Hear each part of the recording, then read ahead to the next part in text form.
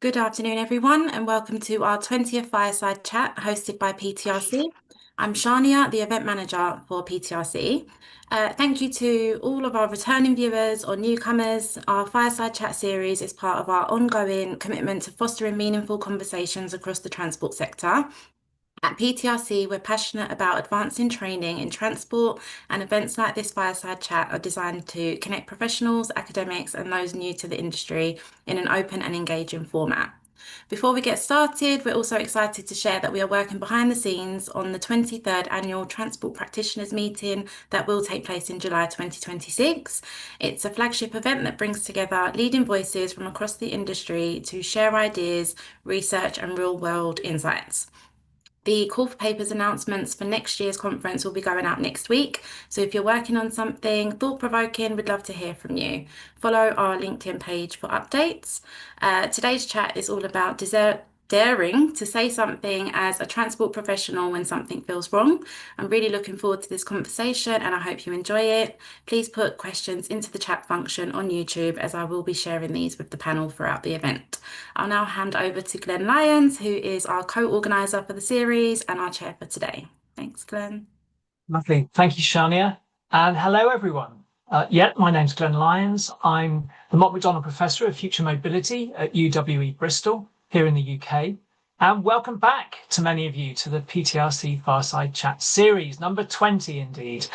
We started the series in April 2020. You might remember the world was being rocked by a pandemic. It was a time of disruption, fear, loss, and uncertainty, but also a time of resilience, adaptation, and hope. There were dynamics of change for a possibly better future ahead.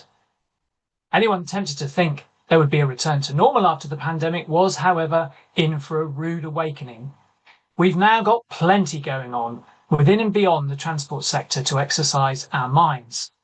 And with that in mind, as Shania has said, today we turn our attention to the matter of whether and when we should dare to say something when we're concerned about matters affecting ourselves or others. Since we first advertised this event 2 months ago, daring to say something has taken centre stage. A right-wing activist was assassinated in the USA for daring to say things. A late-night talk show was suspended indefinitely when its host dared to say something about the assassination. It was then reinstated a few days later following a cancelled Disney movement protesting against the parent company.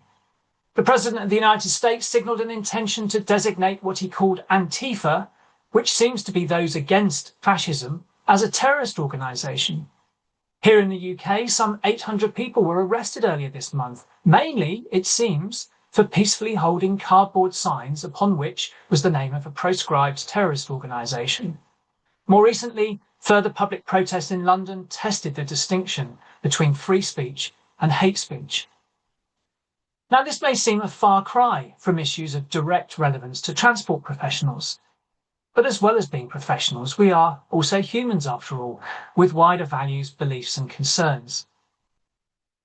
Daring means adventurous or audaciously bold, willing to take risks that might seem dangerous, frightening or unconventional to others. And I'm sure you would know that feeling when you're being daring. Your senses heighten. The amygdala in your brain starts catastrophizing about the possible repercussions of going through with your dare. Here are some issues that might stir something inside of you, wanting to speak up, to dare to say something. Genocide, the rise of fascism, the pushback on valuing diversity, equity and inclusion, a politician saying net stupid zero, taxing the rich, the primacy of economic growth, expanding airport capacity in a climate emergency, building new roads, robo-taxis for a better future, low traffic neighbourhoods, the questionable authenticity of your organisation's stated values, being asked to work on a project you don't believe in, the behaviour of someone else in a meeting. Quite a variable list. It's a complicated world out there, isn't it? But our interest today is not primarily in this list of topics, but rather in the issue of speaking up itself. Daring to speak up could range from adding a like to a social media post about something important to you, through to public protest, risking arrest. Of course, context matters, and each of us must judge what daring amounts to for ourselves.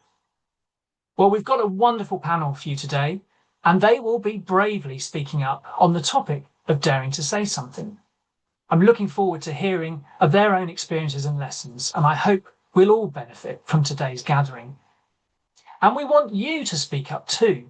So for this fireside chat, we're breaking with tradition and inviting you to take part in some Menti questions at points during the session. So please, let's start on that now. Here are my instructions. Without losing this session in your browser window, please open another browser window on your device and go to menti.com. Once you're there, you should be prompted to provide a code. This is showing on the screen behind me and will continue to do throughout the session. And it may now be in your chat bar. Thank you, Shania. The code, if you want to write it down, is 4436-4364. I'll say that again, 4436-4364. Once you're in, you should find that you're presented with our first question. Please answer it, and I will move now to display the incoming results as you do, going across to the results screen.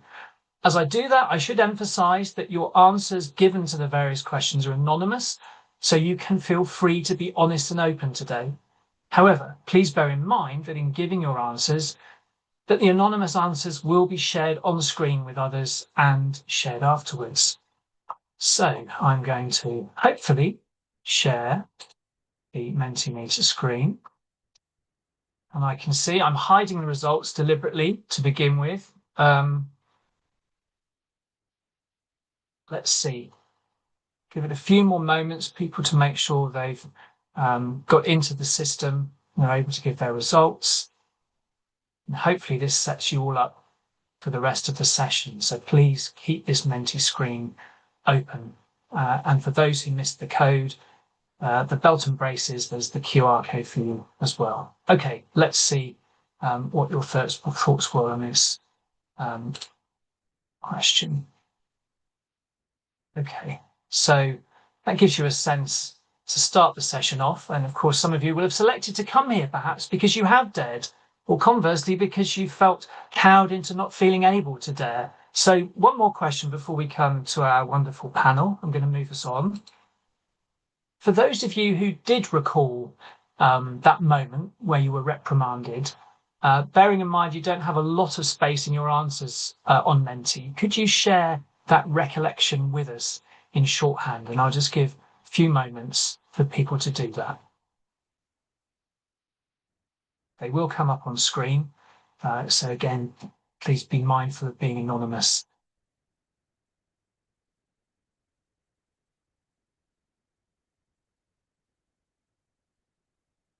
And the intention is that we will share all of the results and comments that people put in on the Menti afterwards, so you'll have time to digest them properly. But let's just bear with you, our audience, for 2 or 3 more minutes to see what sorts of things are on your mind before we come to our panel. Don't rock the boat. It's a front and centre good example. I answered no, but is that being daring enough? Ignored by my line manager and felt a shift in the way I was treated. Thank you to those of you who've already shared. I'm going to leave that open for a couple more minutes. In fact, I'll leave it open while our panel is speaking in a moment. Let's see what else you've had to say. Complained about the behaviour of a politician and told to ignore it. It's a hint, I suppose, of the diversity of those in our audience in terms of the roles you have and whether public or private sector, and I suspect we'll touch upon some of those things. Senior staff getting upset when I said we had to close the road because of a structural problem with a bridge. Interesting one there. I was transformed to a Geoffrey Howe clone. You made them feel bad. And I'm very conscious your shorthand responses are really skimming over the top of the the experience you would have had in those moments where you were reprimanded. Okay, thank you very much for that. If you're still typing, don't worry, I will leave that open for further comments to come in. But now let's move back to our wonderful panel. They're each going to talk for about 4 to 5 minutes. And just to warn them, I have a time's up. I'm not going to give you a countdown. I'll just politely hint that you've enjoyed yourselves for too long. So Aziz, can I come to you first, please? Yes. Good afternoon, everyone, and thank you for joining. I'm going to start off my introduction in a way that I've never done so before, and true spirit of the title of this conversation. So I'm a Christian, I'm a wife, I'm a sister, I'm a daughter, I'm a person of color. I represent both the Caribbean in my background from St. Lucia in Jamaica, but also Africa in terms of our long-term history. I'm a chief operating officer and co-founder of a company called 2 to 3 Degrees. And we help young people learn practical life skills that we, in some ways, all wish we learned in school, such as confidence, networking, self-esteem, etc. And previous to that, I also worked in politics. So I worked for the Green Party, both as a campaign manager, but also an advisor to politicians in the London Assembly. And I stood as a leader, standing for election, but also being a person who led a group called the Greens of Colour. And there we were supporting different people across the country to sign up to be a part of the Green Party. I say I introduce myself in that way because it is something I would never dare to do on a day-to-day. First, speaking about my faith is something that I don't often do in professional settings. And I don't actually talk about the fact that I'm a wife, even though you may be able to see my ring in professional settings as well. Partly because I think it's around perception and how it might be viewed or judged. And so in many ways, I don't dare to speak up. I don't dare to bear who I really am in the full context. And I say that even as a leader who is running a team of 8 people, that even though I have, I guess, a point of privilege and I can do these things and I should be able to do these things, over the years, it's actually not seen as the right thing to do because holding your tongue or holding who you are is kind of encouraged for a professional sense. And so I've seen in different ways of my life where I've been reprimanded and haven't been reprimanded that maybe it's not the right thing to do. And so I've kind of curtailed that. And so I'm being encouraged in this call and even just thinking and preparing for this conversation today, what does it mean to dare to say something and why is it such a big deal for us? And I can vividly remember when I was setting up my company at the same time I was working in politics, I remember talking about it to a manager and my complete relationship with her shifted. Talking about the fact that I was doing something outside of work affected my relationship in work. And so when we're talking about daring to say something, we know that there are genuine and real consequences. And so you might be a bit cautious the next time before you're a bit honest about personal things in the workplace. But then conversely, I've been encouraged to speak up. I've been encouraged to use my lived experience as someone who grew up in East London from lower socioeconomic backgrounds to use that story and amplify the voices of people who weren't recognized in this community. And so one of the politicians I worked for, I kind of pitched to her that, it would be really good for us to look at cuts to youth services across London. And she said, that's a great idea. It wasn't in my peer view. So I was looking after policing and crime, housing and economy. And it wasn't directly aligned, but she encouraged me. She was like, talk about your experience, talk about why this is important and why this is important for young people. And that ultimately resulted in a really great report called London's Lost Youth Services. Now, why am I talking about this?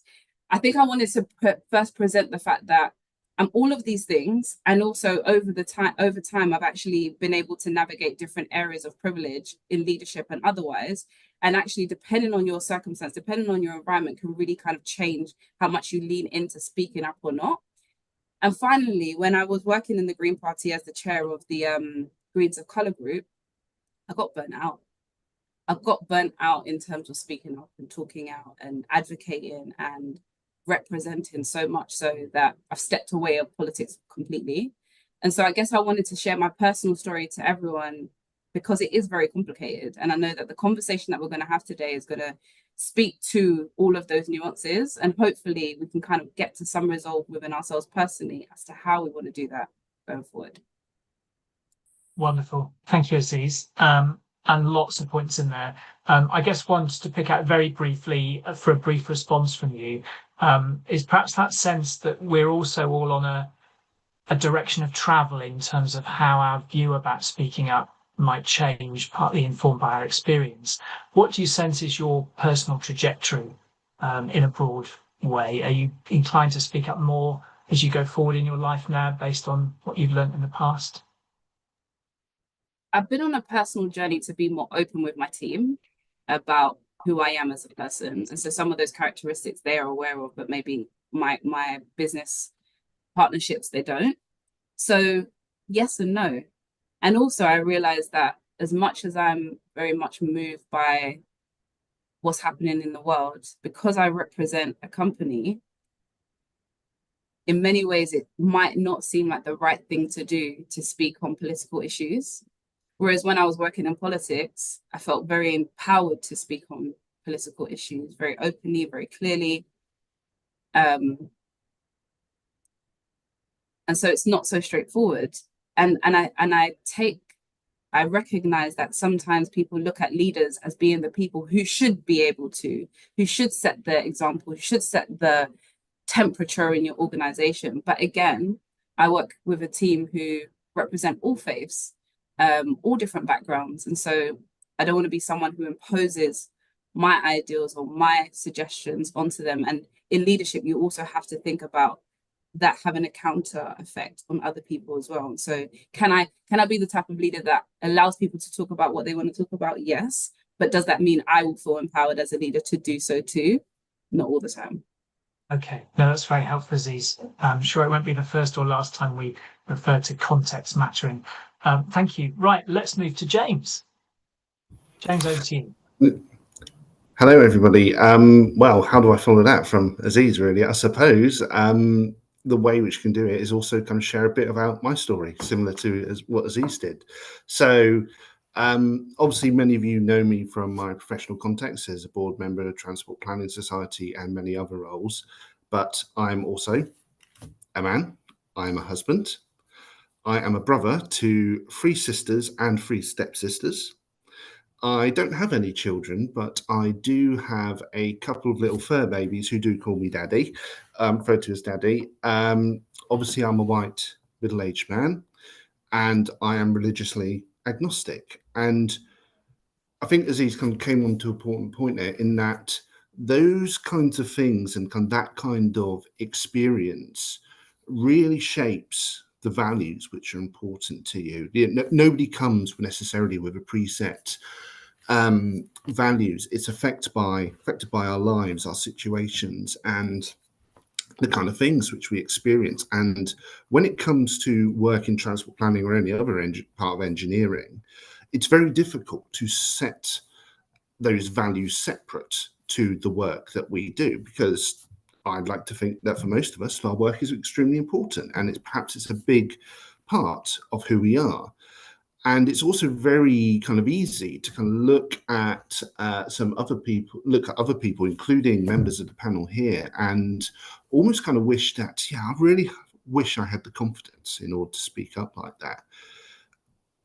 But it's just to remind everybody that whilst it may be seen as confidence, behind it, there's, regardless of your level of seniority and experience, there are battle scars, there are experiences which people may not talk about, which underpin all of that. And those kinds of experiences, it's very easy to think about as tests of what your values are. And I think that's actually the wrong way of looking at it. What I would say is that those kinds of experience, whether they be personal or in professional life, are actually value clarifiers as opposed to a test, because a test is something which you can pass or you can fail, where actually life is a much more complicated than that.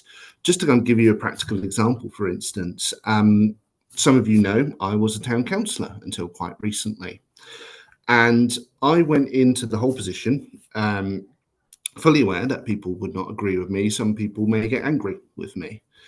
But even then, that experience taught me a lot. For instance, when discussing a development planned in the town where I live, I remember distinctly being challenged by one gentleman to say, well, you would support it because you're on the take, aren't you? And then he asked me how much it would cost to change my opinion. And obviously that was kind of quite offensive in a lot of ways, because it's like that's kind of not the way in which I work. But that wasn't necessarily a test of what I was doing. It's actually really clarified kind of what was important to me. And obviously it's really easy to think about what you could have done in the heat of on reflection afterwards. But those kinds of experiences really kind of shape our approach to our work and also approach to our lives as well. And when it then comes to a wider industry and what we can do, there's lots of kind of talk about, and it's very important that we create, nurture, environments for open and constructive challenge and, speaking up when things are wrong. But a lot of this is personal. It's a personal skill. It's not really a professional skill which you can teach in a classroom. It's something which comes from personal experience. But one final thing which I kind of wanted to really kind of highlights, I suppose, kind of in this, is that one of the ways by which we can create that open and positive environment is, I suppose, it's to avoid othering, whereby it can sometimes be very easy to think about such choices in absolutes. So, for example, you may disagree with somebody on a particular political issue, and then you might think, okay, they are bad people. They're bad. But we don't want anything to do with them. And unfortunately, I have seen it been applied in my professional career. For example, are people who who support road building bad people? It's not necessarily the case. And by thinking about it in that way and think about it in another way, it really hides the nuances in people's positions, and ultimately it kind of does make a bit of a judgment as to, kind of prejudges what they're like as a person. Now, obviously, there are issues. I wouldn't argue there are issues in the world where there's unquestionably a good and a bad position, but it does not necessarily mean person taking a bad position on something on a professional matter like road building does not necessarily make them a bad person. And and trying to avoid that is very important in terms of trying to create an environment where challenge is open and challenge is welcome, because people need to do it more often. It's great. Thank you, James. Yeah, lots of what you said, certainly thinking, particularly, I think two things, this notion of an inner voice, it seemed to me, that whether or not you say something, whether you speak up, you're processing what you would have said and understanding yourself better and updating or revisiting your values.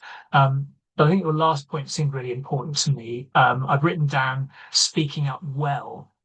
And I guess there's two stages. We have to have the bravery where we feel it's appropriate to speak up and say something. But then we have the added challenge of how do we do that in as constructive a way as possible, which is equally very difficult to navigate. So no, thank you very much for raising those points. Rachel, let's move on to you. Great, thank you, Glenn. Yeah, it's brilliant to be at this event and on this panel. And I wanted to start with an apology, which is that I have to leave early because I am teaching an academic. It is the first week of term, and I have a responsibility to my students. And this kind of made me start to think about all the different hats that I wear and the different kind of contexts. We were talking about contexts in terms of speaking out or deciding what to do, deciding what to not do. And to me, I have relationships with, students, with colleagues, research participants, with stakeholders who are involved in the research that I do. And obviously I'm a human being, I'm a member of the public as well. And there are a lot of, potentially a lot of different contexts that I have to make, that all of us have to make decisions around. I was also reflecting on the title of the event around, dare I say something, speaking as a transport professional when something feels wrong, and reflecting just the fact that a lot of the time things are quite overwhelming, things are quite challenging. There are a lot of pressures on us. I mean, as I said, I'm teaching, it's the first week of term, I'm leading research projects. The past week has been a lot of media shouting.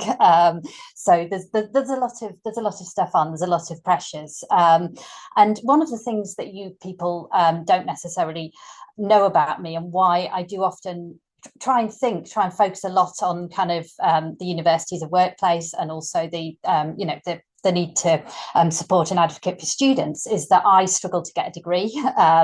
I grew up as an undiagnosed autistic girl. I struggled a lot with school, with university, with social situations. I dropped out of the first degree I tried to do, and I really feel that if things had gone slightly differently, I wouldn't be a professor now. And I really think, that's something to remember when thinking about advocating for others, supporting others, or the kind of decisions that we make. I also thought about the example, Glenn, that you gave around LinkedIn, which was, what we say on LinkedIn. Like, again, the kind of examples quite disparate around talking about, this cycle track near me is good, actually, or an EDI failure, or genocide. And this is just LinkedIn, the whole range of different things we could say. And I was thinking about LinkedIn, which I feel is also kind of part of the problem in people being able to reflect and being able to sort of speak openly, is that it's very much, this is my success, this is my, I'm often kind of trying to encourage people that people do not post about failures on LinkedIn. It's a whole,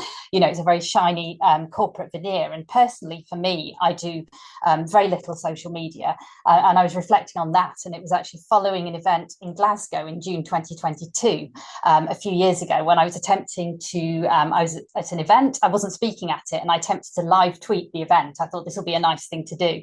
And what ended up happening was some Twitter users who didn't like me started to call me a liar, and various other unpleasant things in the feed of the people that I was speaking, whose work I was trying to promote. And at this point, I thought, this is just, not worth doing. I'd wanted to get off Twitter for a while, particularly, but social media for me just had started to feel too unpleasant and too unsafe. And that is another point, is around, well-being and the cost for people, and the cost is higher for some people than others, of saying something. And I wanted to say that there are many ways to speak up. There are many ways to be an ally. There are many ways to be an active bystander, to advocate for ourselves and others in our organisations, externally, and so on. And that caring and supporting others is a really important part of this, so that they are able to do whatever they would like to do, need to do, and so on. I mean, people also, thinking about the differences between people, that people have different levels of seniority, different intersectionalities, the risks, the vulnerabilities are always different. And people have different abilities to behave differently. So one of my personal red lines is around avoiding flying. But I'm very much aware that I have choices, that I don't have family and friends who live the other side of the world. And therefore, for me, like, generally not flying is relatively easy. So I don't tend to feel that that's something that I lecture people on, but maybe I should more. I don't know. I mean, recently, this was not mainly about flying, but I was invited to speak about sustainable cities in Dubai. I was like, no, I don't think so. There are many reasons why I would not want to do that, but I didn't speak about that publicly, despite the fact I was disappointed that some people that I respect were actually going and speaking at that event. That wasn't primarily about the air miles, although that was definitely a part of it.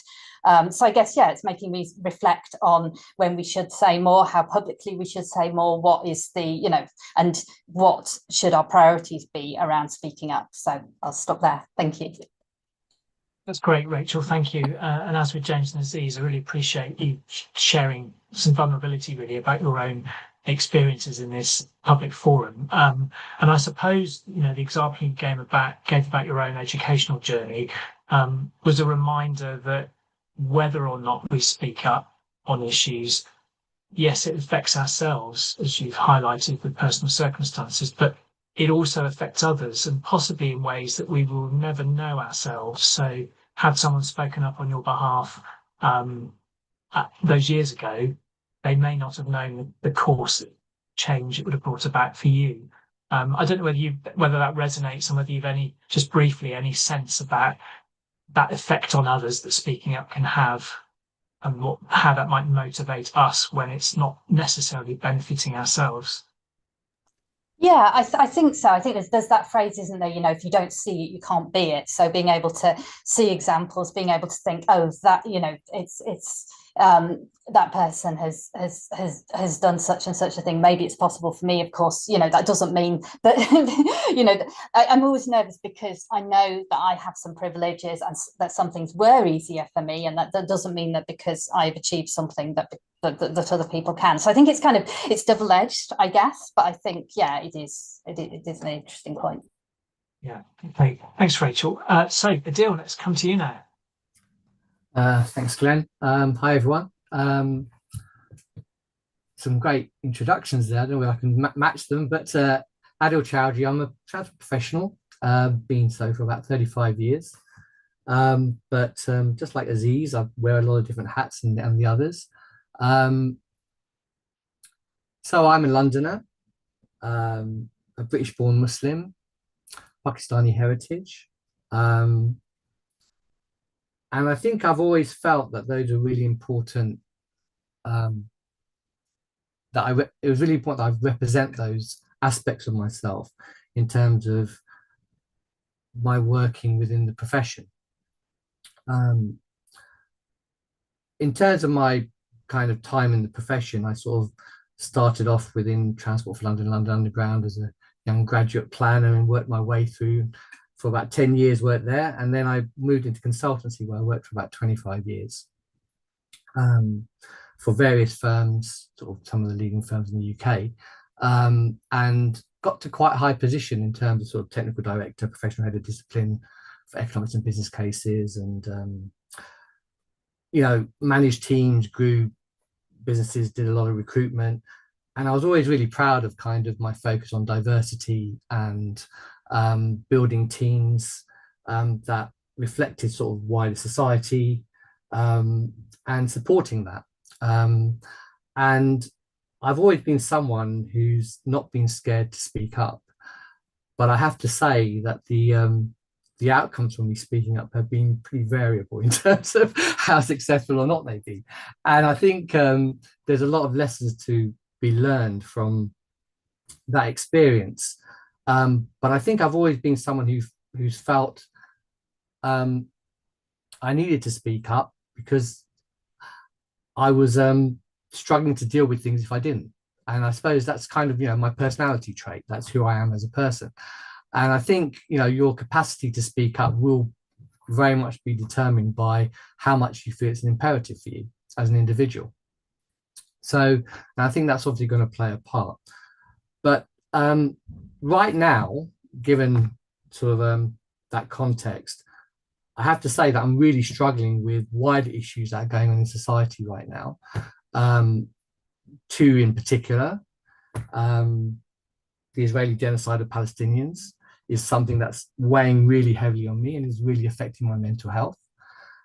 And the rise of far-right narratives and the normalization of kind of effectively hate speech and perspectives on the role of Muslims in British society and the role of immigrants in British society.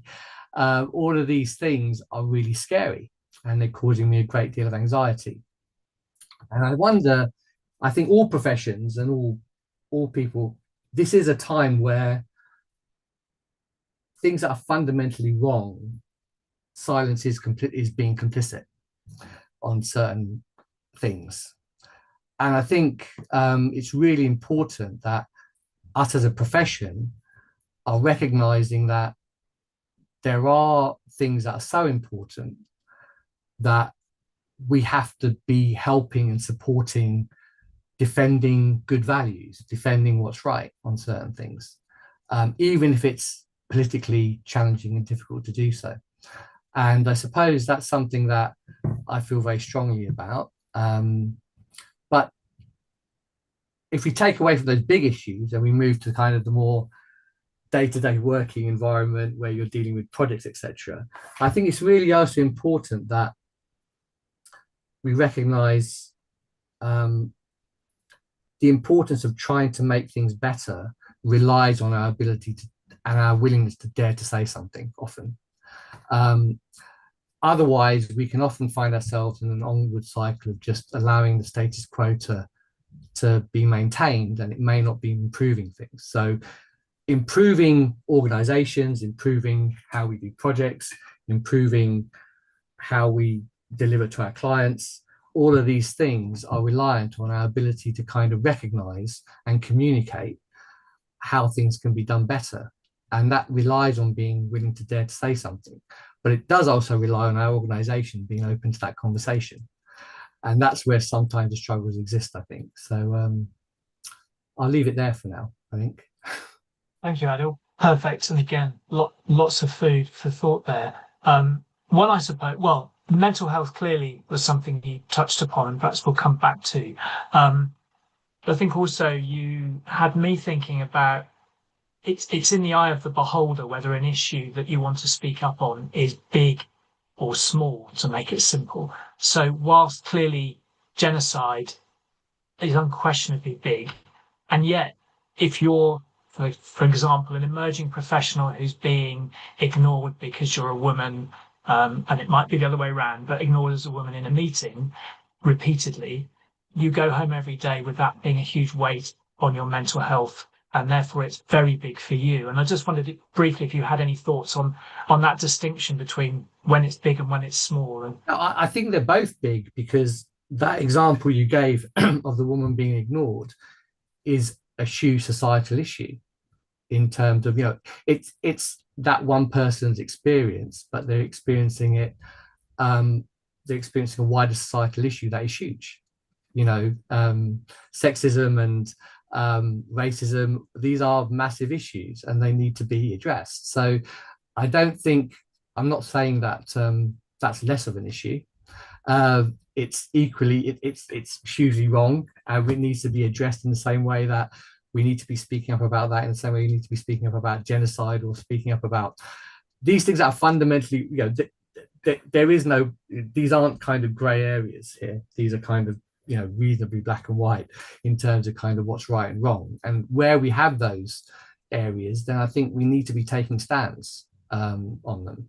And organizations need to be demonstrating that they're willing to take a stand on these things, because it matters, So that's how I would see it anyway. yeah, okay, thanks, Adil. Nicola, you waited very patiently to bring your voice into this session, so the floor is yours. Thank you very much, and good afternoon, everyone. I'm Nicola Blaney. I'm Head of Strategic Transport Planning at Transport Scotland, which I do have to pinch myself every time I say, because if you had told me 10 years ago that that is what I would be doing now, I would have never have believed you. I also have to say that I'm really quite nervous about being here today, so I really do hope that I do it justice. So I'll be honest, I almost let my anxious lizard brain get the better of me, and I thought about telling Glenn that I wasn't available today, but I just couldn't do that for 3 reasons. Number one, I think I'm probably fairly known for speaking my mind. Number two, I'm very passionate about doing that in the right way. And thirdly, I want to foster a working environment and a whole industry and sector where constructive challenge is welcomed and people feel safe to do that. Even if that means that I need to admit that I'm wrong about something, even if that means that I need to lead by example, do things like this, and my voice is shaking away here, you might hear. So how do we create a culture where speaking up is not just accepted, but that it's actually expected?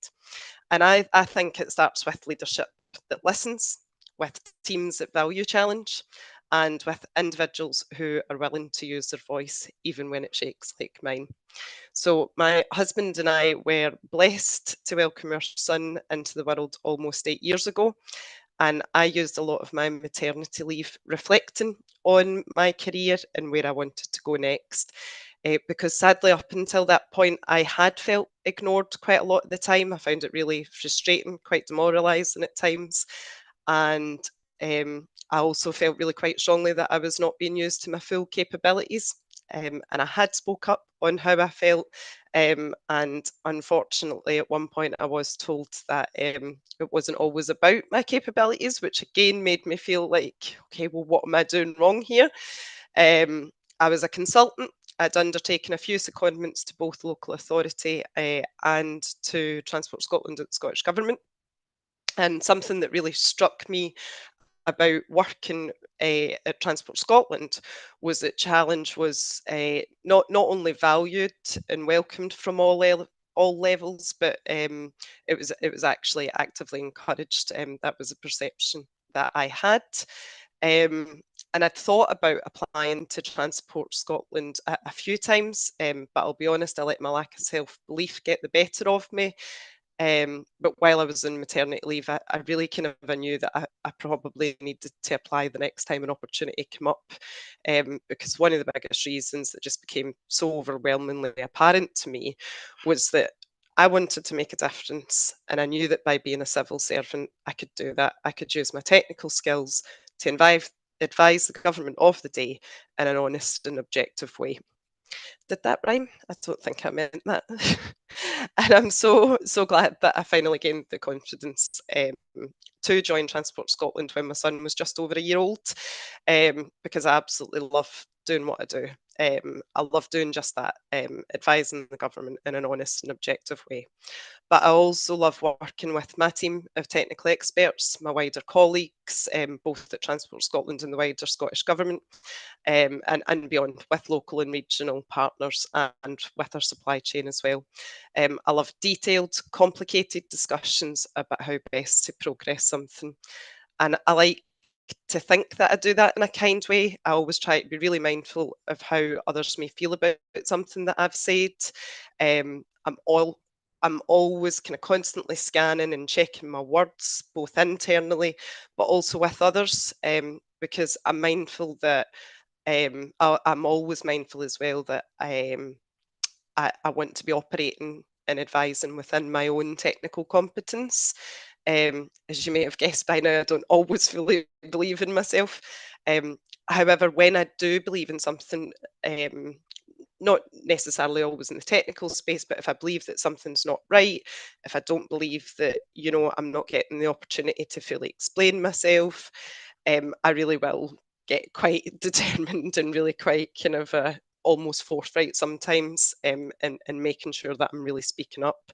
I can also be really firm in making a decision, and now I'm probably much more confident in saying, this is what's happening, that's on me, I'm willing to put my neck in the line for that.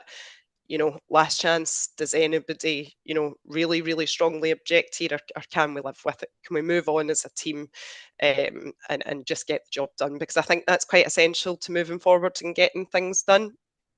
And I think sometimes by me giving that assurance, look, it's on me if we get it wrong. I'll take the hit here, I'll take the reprimanding if that may be the outcome. I also do think as well that when you speak up and communicate, it's just how and when you speak up. It's just as important as what you say. So something in writing, I do think, can often come across wrong, or you could leave somebody uneasy or upset, particularly when something may be a bit more nuanced, or there could be some intricacies in what's being discussed. I also just naturally am much more of an audio communicator, especially for those trickier discussions, and I also prefer to do these in person if I know that is going to make the other people that I'm communicating and working with, if they're comfortable to do that. If that's not something that they're comfortable, then I'm, of course, more happy to do that over Teams. I just like that in-person thing because I feel like I can sense body language better in person. There's also something I like to think around, is there other people involved in the discussion, and how are they feeling when they're witnessing maybe different parts, different people having more detailed discussions going on, if it's part of a workshop, say, or part of a team meeting. And I think even sometimes that's really important, even if the team's not fully involved in a conversation. Them witnessing maybe some of the senior members of me and the team working through to find a resolution in something, or just even them hearing, seeing that it's okay for some of my more senior members of the team to challenge me, because I think that's quite important, again, setting that example and kind of a leading the way. But then sometimes if a debate starts to get heated, or if I think it may be a heated debate, I think it's better not to do that in front of, say, a full team, just for their comfort, and I suppose those in the discussions as well, so that you don't always feel like you're having an audience, because ultimately what I'm always striving towards is the outcome, getting things done and finding the best way to do that. So yes, I think we should always speak up, but we should be very considered in how, when, where, and with whom we are doing that. And I think it's always very important for us to remember that our silence speaks too, especially if you're like me in public service. What we don't say can just as much shape the outcomes as what we do say. Great. Thank you, Nicola. That's a wonderful set of comments from all our panel members. A couple of takeaways from me from what you said, Nicola. One, I think, and thank you for being so open about yourself as the others have been. And I hope for the audience, who I suspect there'll be some very senior people in the audience, some who are embarking on their careers. I hope you've sensed that successful people are vulnerable too. So never be distracted by the illusion, perhaps, that confident people in front of you on a panel or in a meeting aren't also weighing up all the issues that you've just heard. And I suppose partly, Nicola, you highlighted, without directly saying this, that one thing we can all do is change where we are and the roles we have if we're not feeling that we've found the right equilibrium, as it were, in terms of being able to stay true to our values and express things in a climate where we don't fear unduly the repercussions from it. Okay, thanks to our panel. Now I'm going to come back to you, our audience, if I may. A couple more questions for you. So I'm introducing the iceberg, which I hope is self-explanatory, particularly if you're on LinkedIn. You'll be aware that some people are very visible. They're commenting, they're posting, they're liking, they're resharing. But actually, you'll become very aware that there are lots of people who you might call lurkers, but who are simply, they're very interested. They have strong views too, but they are below the waterline of the iceberg. So the question here for all of you is simply, do you consider yourselves, in the broadest sense, someone who is above the waterline, makes themselves visible, or below the waterline, feels more comfortable being an observer and allowing the inner voice to stay in there? And I'll just allow you to all cast a vote. Appreciate it could be hard to say. You can choose that too if you like, but go with your instincts. Once we've got a few more responses, I'll do a big reveal.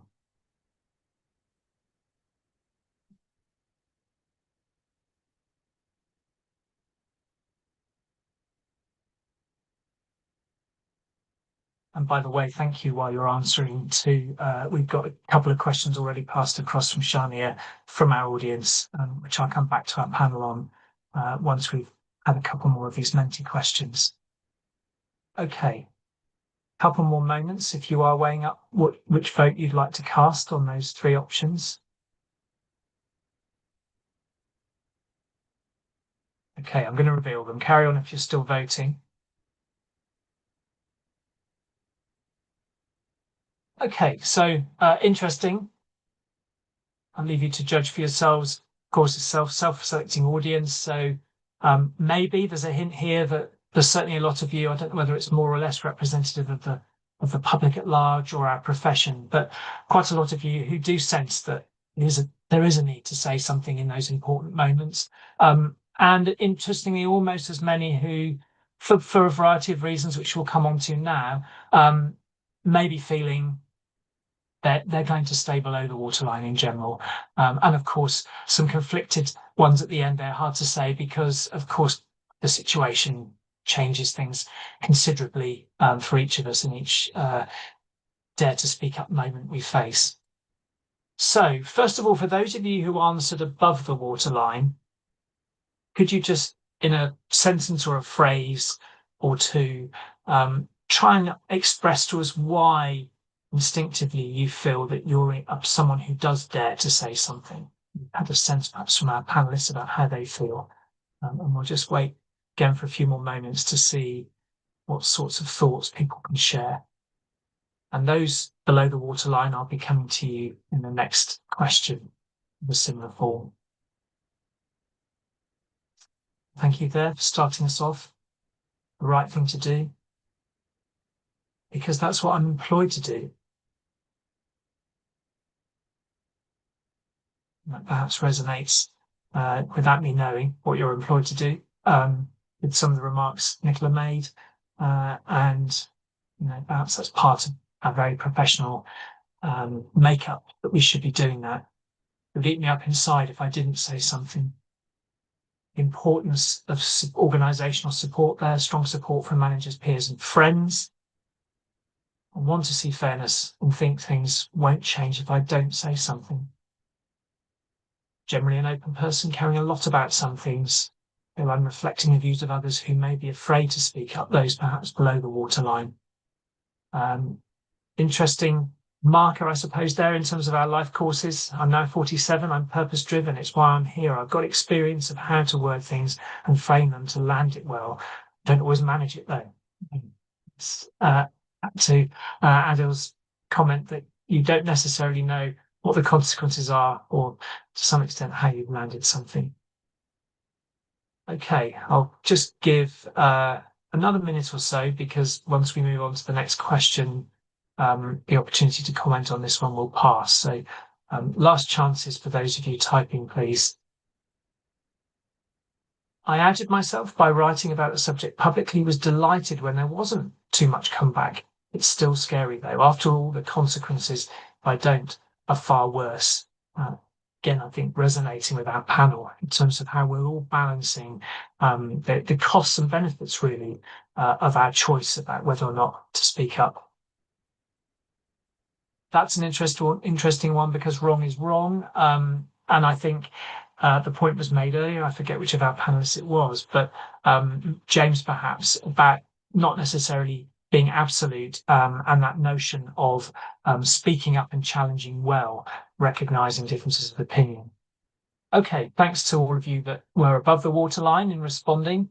Apologies if you haven't quite had time to give your answer, but I'm going to move us on. So, for those of you below the waterline, again, this is anonymous, so feel free to be entirely open and honest. Why do you not dare to say something in general? Appreciate there will be instances, no doubt, where you have, but why are you generally inclined not to dare to say something?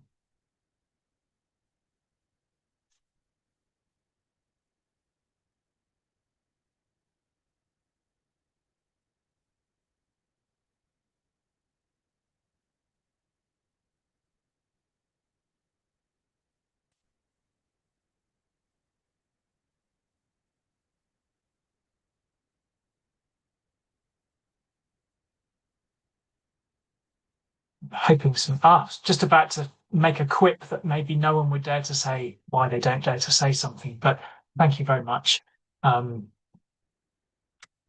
Fear of judgment. Have I misunderstood something? Lack of confidence. Yeah, I think I can certainly relate to that. And I think we always must wonder, if we're continuously curious and self-reflective, do we fully understand a situation before we express our views? But should that keep us from saying something? It comes back to some of our panel issues mentioned. Care too much about what people think. Point was made earlier about relationship changing once something has been said. I think that was Aziz who mentioned that earlier. Repercussions for future career promotion and pay increase. Ironic, isn't it, that I was doing some training only yesterday, which was highlighting the importance of not allowing discrimination to rise its head unchallenged, and yet inescapably that can be an issue. Inner critic holding you back. Feeling your thoughts are not good enough. Maybe the panel will have some views on that when we come back to them. Yes, again, back to that earlier point, it could be used as an excuse to get rid of you without necessarily saying that clearly and upfront. Civil service code has both integrity and impartiality. Sometimes hard to know where to land. Will I get in trouble with my political decision makers and open myself to criticism? So there can be very role-related reasons why some people are unable to speak up. Okay, thank you all for engaging with that. So I'm going to come back to our panel. And one of the questions in the audience, and I'll perhaps direct this to Aziz and James rather than going through everyone, but there's a question about burnout and how do the panel weigh up the cost of speaking up, or how often you speak up. So I wonder, Aziz, whether you'd like, it was directed at some of the thoughts you made at the beginning. So if you'd like to have a go first, maybe James, you'd have some reflections as well on that. Yeah, I think it is a personal choice, and it's about where you're at in life. I think I had to step away from politics because I was genuinely drained. We had COVID and we had the murder of George Floyd, and there was a lot riding on the representation of the global majority. When I say the global majority, I'm talking about people from African, Caribbean, Latino, Asian backgrounds. So there was a lot that was riding on us to speak up and speak out whilst living in a world and a context that was really strange and draining. And so there is a cost to not speaking up, but it's taken me 5 years now to start asking myself, is it time to talk about issues that I really care about? But then during that time, I had to give myself the grace, and I encourage everyone to kind of consider this as well. Sometimes you're in a room, someone has said something that you later on felt like, I wish I said something. I really wish I just spoke up. And then you'll go home meditating or ruminating on the fact that you didn't speak up, so much so that that dampens you, or that admonishes you for just not doing something. And actually, sometimes we just need to give ourselves grace to be like, it just wasn't all clicking at the same time. It's only as I've stepped away, I've realized how I could have articulated myself. Or just because I didn't say something doesn't make me a bad person, even though going forward, I would hope that I would, if that situation rears itself again. Or I just didn't think fast enough. And it doesn't mean to say that I don't care, but there's other ways I can kind of come back round and maybe message that person and say, I'm really sorry I didn't speak up. I recognize that that might have been an awkward situation for you. But I see you, or I recognize that situation probably wasn't great. So that point there around grace and just forgiving yourself for not doing something in the moment. But then conversely, like as a leader, as I mentioned, I had a situation where, so some might be wondering, why am I on a conversation with transport colleagues and I run a social enterprise? The link is with a lot of our clients, we help young people have a meaningful say in local developments and local schemes that are happening, because we know we have to consult with community members, but typically young people are not involved in that process. And so we're helping local young people have a say, develop their skills, but also learn about the industry and hopefully be inspired to get into the industry. So that's the link, right? And so there was a moment where we had a client, we were on a call, and they said something that was really rude and offensive to a staff member of mine. And I had to speak to them about it, because the cost in that instance of me not speaking up and my team member not feeling like I have their back, or feeling like they were left out, and almost like that would have affected them, but also their trust in me as a leader and their support. And that was something I couldn't afford to lose.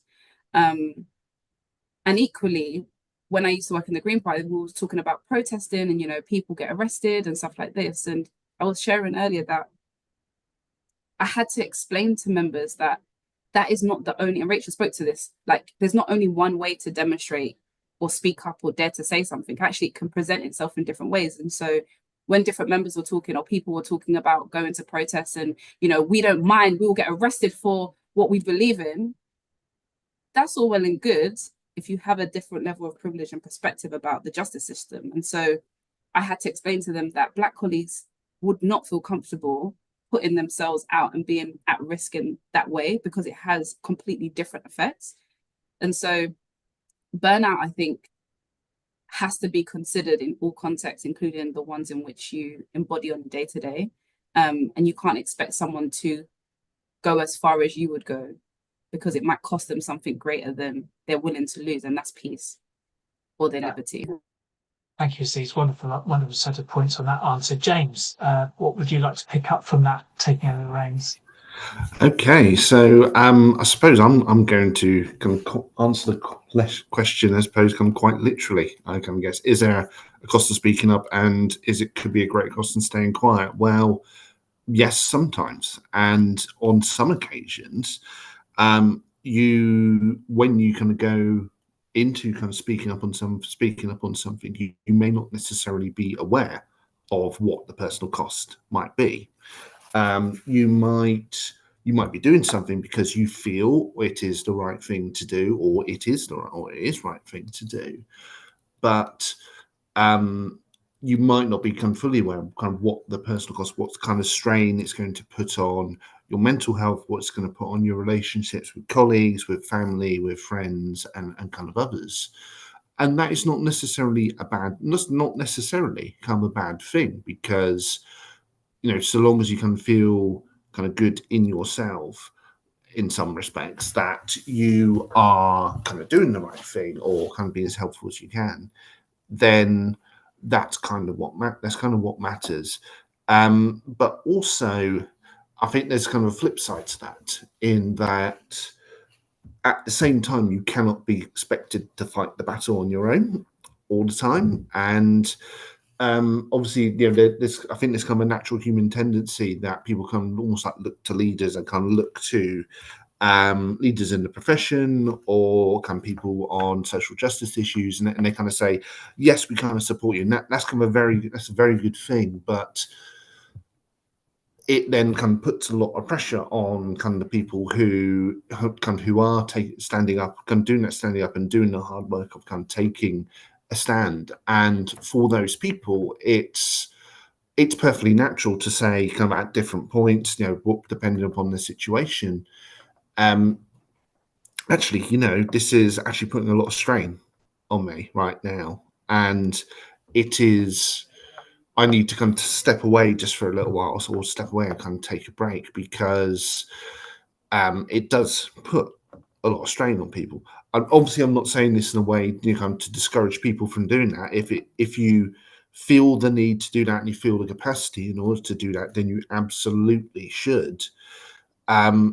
Obviously, people have different tolerances for this kind of thing, and speaking up. And I suppose one of the things which I kind of often speak about when it comes to speaking up is actually just having that personal resilience in order to do things. And different people have different resilience levels, and I think we just kind of need to kind of reflect that in actually how we approach speaking up. Yeah, thank you, James. Thank you to the audience. Questions and comments still coming in, and I think there's an important cluster of them which will be valuable to address. So I'll come next to Rachel. I know, Rachel, you're under a bit more pressure in terms of time, but there's 3 points people have made which collectively are saying, any advice from the panel on how to help to develop others in being able to dare, and specific points building upon that from others that includes how to frame your questions, how to frame the way you deliver your challenge by speaking up, but also any advice on perhaps how to practice speaking up in a safe place. And I'll quickly mention, I quite often go into my wife and say, I'm preparing to put this on LinkedIn. Can you have a quick check? And after saying, please don't lose your job for the umpteenth time to me, she gives me a kind of vote of confidence or not, which is one way I still find is helpful. But that can't always happen, as Aziz pointed out, when you're in the heat of a moment that can pass very quickly. So, Rachel, can we come to you? I know there's a collection of things there, but how can we help others? What advice? Yeah, I mean, I guess the sort of practice, I mean, one thing that I've found useful for helping, because if it's in the heat of the moment, you can't inherently practice with a friend or colleague or whatever beforehand. But I think it's helpful to go on, bystander training, for instance. I went on some really useful bystander training, because one of the things that I struggle with for those heat of the moment things is that I have delayed processing speeds, and often it takes me a while to figure out what's happening in an interaction. And so I get quite nervous about reacting and doing the wrong thing. I mean, I know people would do anyway, but having some like bystander training and sort of discussing a bit more what something unacceptable might look like in different contexts and the different strategies to respond to it, I found like really helpful. And lots of people don't know what to do or how to do that, so having that training was really useful. I do think in terms of, because I have been thinking lately a lot about like organizations and supporting people within my organization. I do think for people who are like more senior within the organization, then there is an additional responsibility, and one also has to understand that people have different vulnerabilities related to position in an organization as well, and people get less listened to, or people are worried about losing their job, or having trouble with their course or whatever it is. So I guess I try and gently encourage people, while being very much understanding that people, for somebody at my level to disclose a disability, it's a lot easier for me to do that than it would have been when I was junior, or for other people who are at a more junior level. And even if somebody is not, as I think one of the questions about, even if somebody is not able to do something in a given situation, the fact that they've been able to discuss it, that somebody has listened to them, that somebody has understood their concerns and provided some level of reassurance may be helpful in future, because it is, they've been able to talk to you, they've been able to discuss what the possibilities might be, and maybe they didn't do it in the end, but maybe they will next time. Right, thank you, Rachel. And I know Adil wants to come in on this as well. And perhaps Nicola, once Adil's shared some thoughts, you'd like to come in. And I'm just going to kind of line you up with another question related, I suppose, which is there a tendency in organisations sometimes to only encourage sharing good news, whether that's corporately or internally, and not the bad news? And I'm thinking of the awards ceremony I'm going to tonight, where it's always about celebrating success and good things rather than acknowledging overcoming challenges or things having gone not so well. But Adil, over to you to this general advice point. Well, I think it was that. I think it's interesting because I think a lot of it boils down to how well you articulate why you're saying what you are is important and the value of it. So it's the kind of why you're saying what you're saying, and what you think the benefit of taking the point into account will have for the organization, the team, the individual. If you've got those ideas formulated well in your head, then your rationale for speaking up becomes clear, both for yourself but also for those who are receiving what you're saying. So it's really about how well have you developed those thoughts before speaking, and then effectively being in a position to articulate them in a way that makes it a positive, a constructive thing. If you're just seen as criticizing and you're not explaining why and what the outcome might be if you address what you're saying, etc., then that can come across as negative. But it's really about defining what the benefit will be in taking what you're saying into account. And if you can work through that in your own mind, I think you'll probably find it easier to be brave and dare to say something, because you feel like you've established that rationale for doing so in your own mind.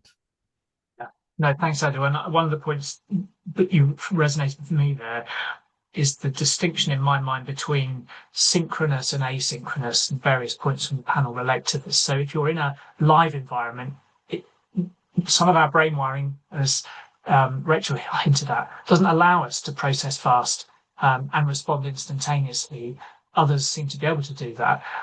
But then you move to considering where you can be asynchronous, either waiting in a meeting after you've thought for a few minutes, or coming back on LinkedIn, or an exchange afterwards. Lots of ways.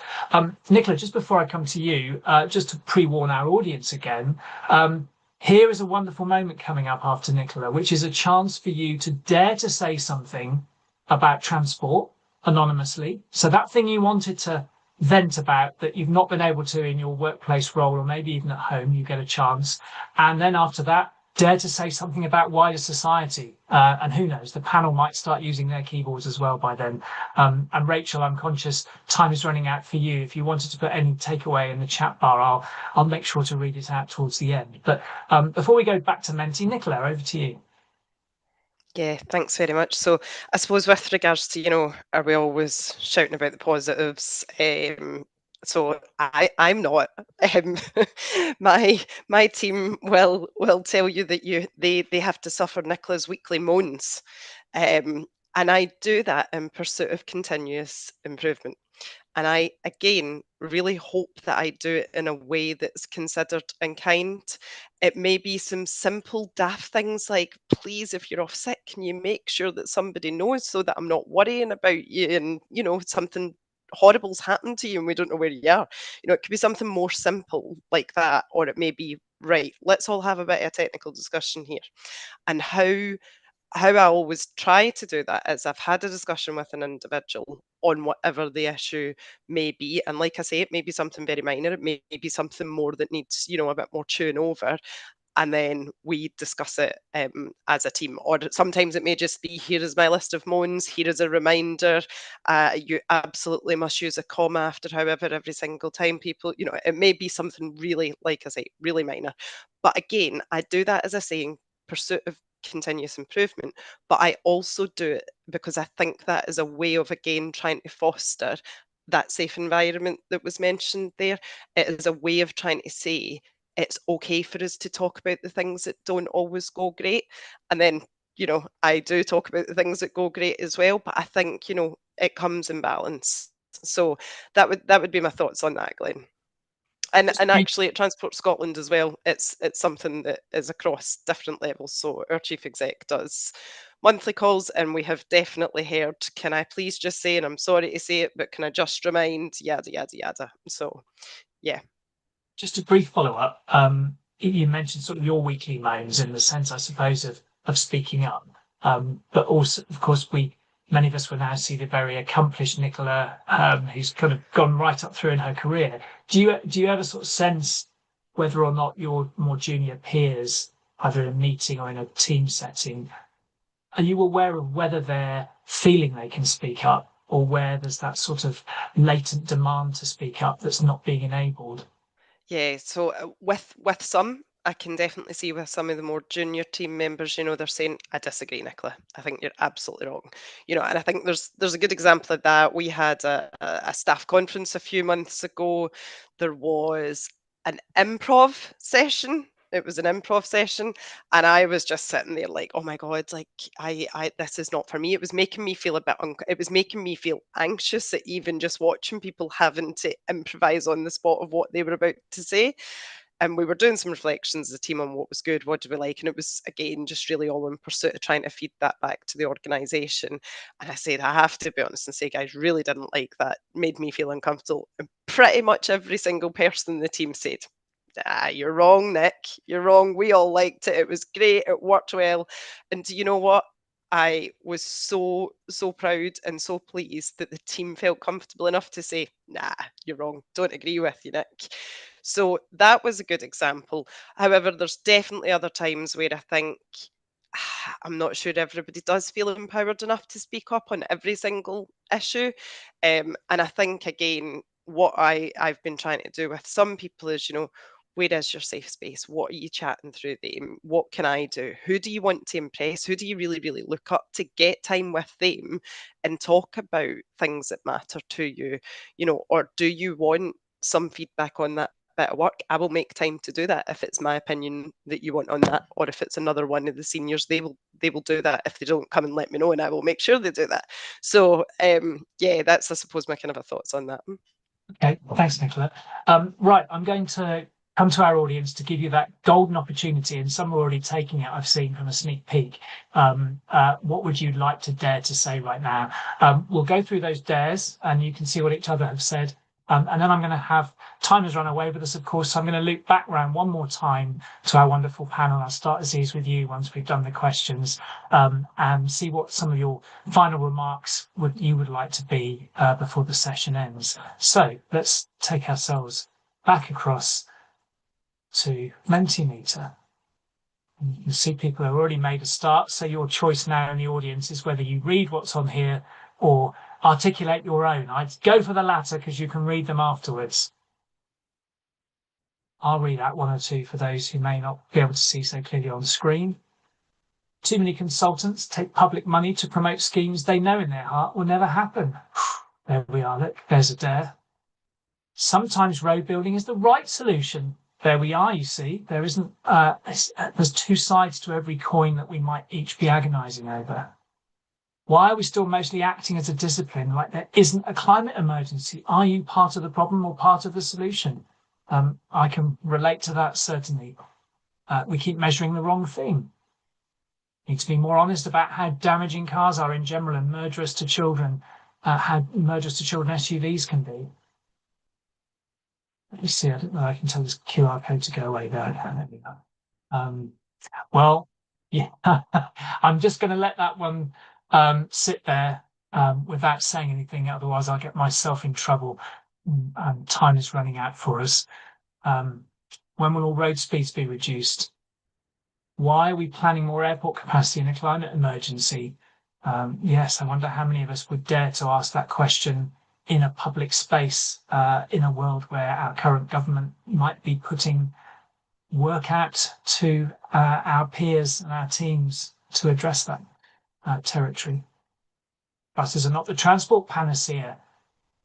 Equally daring statement, perhaps, from another quarter. Tag is fundamentally flawed. My goodness, you see what happens when you encourage people to dare to say something.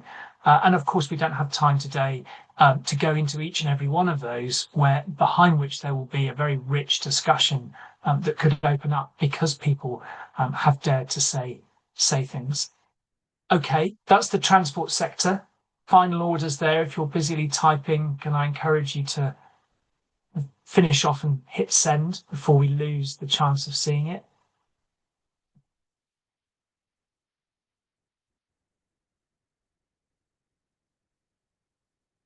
Thank you. Okay, my apologies if anyone is partway through. I'm afraid we will lose it at this point. Click send now, or it will be lost. And now let's move to the bigger picture beyond just the transport sector. Again, this is anonymous, provided you don't put your name in your answer, of course. Please dare to say something relating to society that's on your mind right now. As I said, panel members, since you're feeling a little bit more relaxed, perhaps now we're nearer the end than the beginning, you might want to put something in there too anonymously.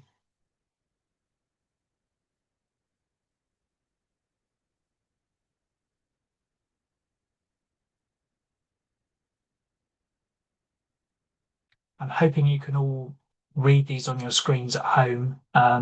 So I'm going to allow these to speak for themselves on screen without commenting further on them myself. That's not that I don't have my own views on the three, certainly you see already.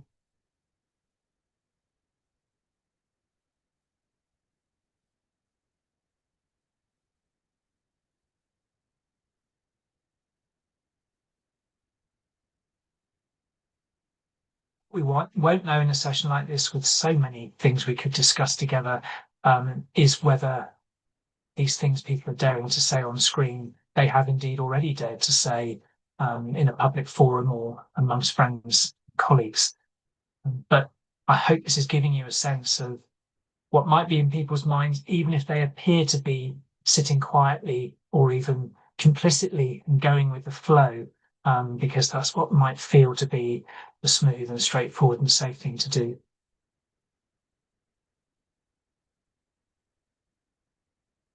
Just scroll down for another minute or so as comments come in.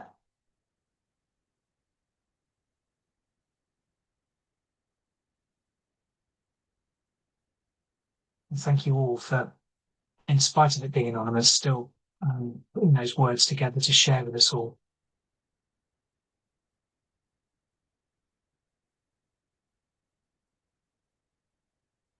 Okay, last few moments, because I certainly want to come back and hear our wonderful panel have to say.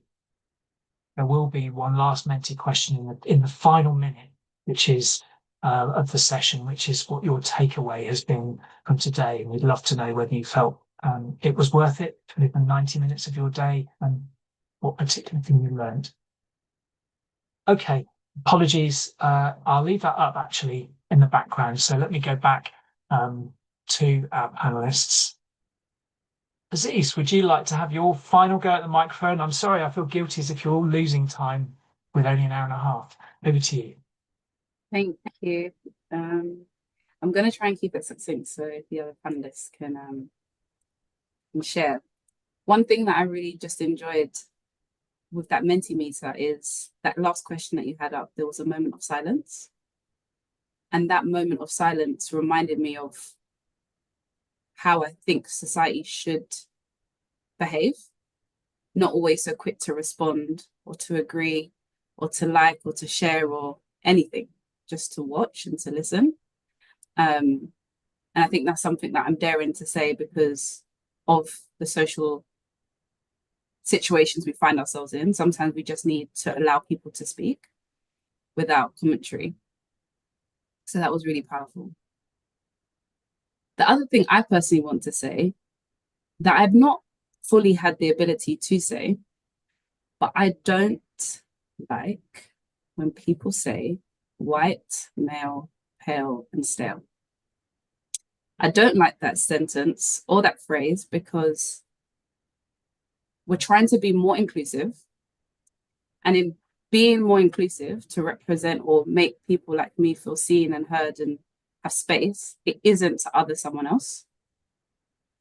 And the amount of times I've been in certain circumstances and rooms where we're talking about diversity, inclusion, and equity, and that is language that we use, including usual suspects or hard to reach, I think it does a disservice to what we're trying to do. Similar to what, so that's my second point, number 3, similar to what James said earlier, just because you see someone appearing as confident, it doesn't mean to say that their voice isn't quivering. It's not mustered a lot of their energy to do so and to speak up. And so that's just a reflection I want to kind of share with the audience that, yeah, just because you might see someone speak up and they do this regularly, they sound confident, it doesn't mean that they're okay. So check in. Number 4, there is a real consequence of us not speaking up as professionals and adults, and that is young people. So apprenticeship completions are rapidly declining. Young people staying in work for longer than 2 years in an industry is rapidly declining.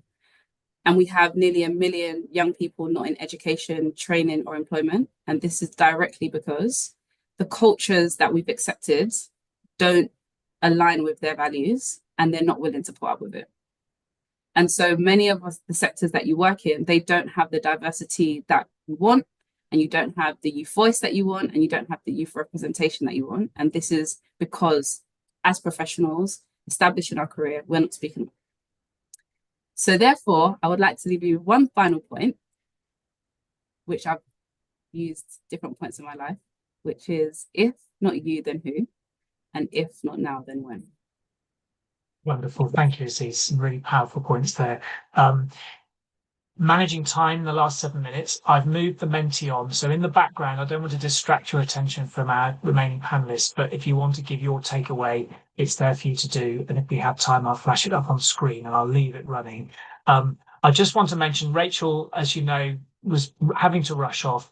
One point she wanted to leave with you all is that there are a limited number of fronts one can fight on. And I think it comes back to the point of burnout. So if, like me, you feel very justice oriented all the time and feel like you've got to try and tackle everything all at once everywhere, it's probably not good for your mental health. So thank you, Rachel. Great point there.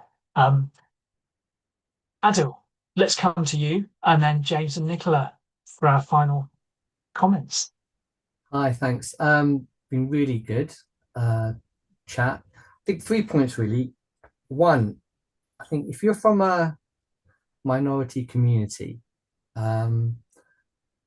it's really important you do speak up when you see things that you see as wrong or that could be affecting you, because it's really the only way we're going to get the majority to maybe understand or appreciate their unconscious biases that may be, you know, leading to ways of doing things that just aren't fair or equitable. So we really need people to speak up. On the converse side, if you're in the majority, we really rely on you to speak up to help the vulnerable, because if you don't, and you know that you could be doing more, then it's really important that you are, taking action, because we rely on, those people who are vulnerable are going to only be more so if you don't speak up. And then the third thing is organizationally. I think it's so critical that organizations do create the space and the environment for daring to speak to happen, and provide people with the necessary support. So those are the 3 points I wanted to make, really. Thank you, Adil. That's wonderful. Incidentally, Shania, I know you're sort of meant, in some senses, you're our back office powerhouse for this event, but after we've heard from James and Nicola, if you would like to grab a minute or two, because I know, of course, as all the humans in this session, you've got views of your own. Please take the floor at that point. James. I suppose similar to Adil, I've kind of got 3 points. So firstly, whilst obviously we've discussed a lot of the risks and kind of consequences of speaking up and speaking out, I think we really need to reiterate that actually do speak out if you kind of feel something is fundamentally wrong, because otherwise change never happens as a result of it. If you kind of do stay quiet and don't rock the boat, things don't change. There may be a time and a place in order to speak out, but if you don't, then things don't change. I think the second thing is that even if you're not necessarily in a position to speak out, I think we need to kind of realize that there is still value in actually doing something, even if the issue is much bigger than just yourself. And we've spoken a lot of about a lot of issues in the wider world today, and you kind of saw it in the final question on the Mentimeter. You can't solve those issues on your own; they're huge, but you can do things like donate to charity or volunteer or other things. Even if you just do something really small, sometimes it just makes you feel a heck of a lot better. And the final point is the flip side of speaking out is listening as well. You got to realize that, okay, even if you do speak out, others may not be willing to do so, and it may be reflective of their own circumstances. But also, if you are directly challenging a person or you're directly challenging a way of doing things, you do have to listen to the challenge which may come back, and you do have to deal with it, and you do have to approach it as much as you possibly can in a positive and constructive way. So we've obviously spoken a lot about talking in this session, but it's equally critical to listen. Great advice, James. Thank you. And Nicola, I'm sorry we're squeezing you and Shania in so late at the end, but over to you. No, that's okay. James made a very good point. There's one that I don't need to make around listening. Always really quite high when we're working in transport. Our decisions, our work shapes communities, our economy and the environment, and will do for generations. Yet there are moments that when we see that something just isn't right, a flawed assumption, a missed risk, for example, in those moments, not speaking up sometimes can feel easier, but it's also more dangerous, and we've all got to live within the world that we are shaping. So that silence can lead to complicity. And I think it's really important that we don't allow for those poor decisions to go unchallenged, or for risks to remain unaddressed, or for opportunities for opportunities to be lost. Worse still, it can erode our own sense of purpose, because most of us didn't join our sector to stay quiet. Most of us are here because we want to improve communities, we want to shape better lives, we want to make for a better world that we live in. And I think our professional code of conduct that most of us will be working under as well is, a reminder. It's a call for courage, and courage doesn't always mean whistleblowing. It can sometimes mean just asking a simple, awkward question, or just a reminder, as I said earlier on, around, that's not quite right. Could we just remember to do this? And sometimes even just calling that, I'm not sure that's quite right. It then allows for you to listen to others, which was the point I was going to make. I know it's not always easy, but there's risks, both personally and professionally, sometimes relationally, if we don't speak up, and the risks of silence are often far, far greater. Thank you, Nicola. That's perfect. Shania, I'm going to briefly say thank you to everyone for making such an enriched conversation. But please, the floor is yours to offer one or two thoughts of your own and to give us the final sign off. Hi everyone. I really liked James's point about listening, and I also really enjoyed Aziz's point about that moment of silence.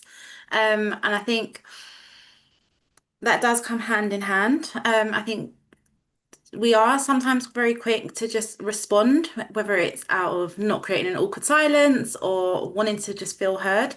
But I think that few moments of just understanding and actually reflecting on what you really believe in whatever situation you're in and then speaking on it is always a good thing. And James, I like the point about yeah, just listening.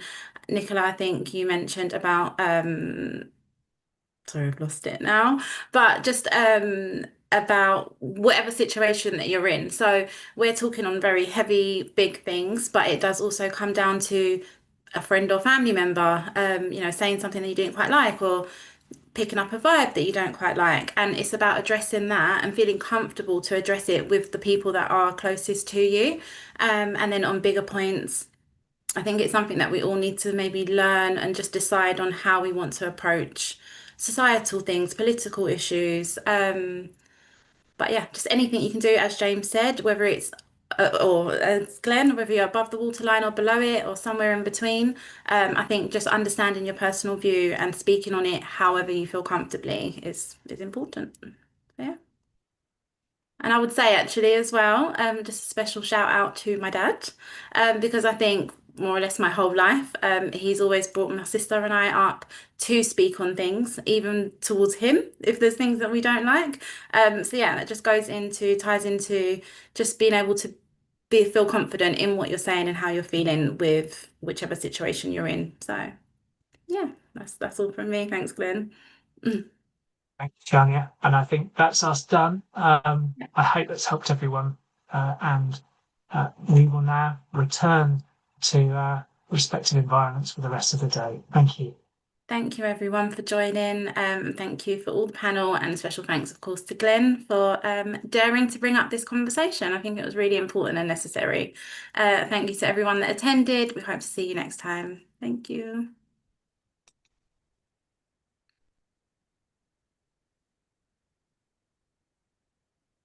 Okay, we're not live. It's finished. Well done, Shania.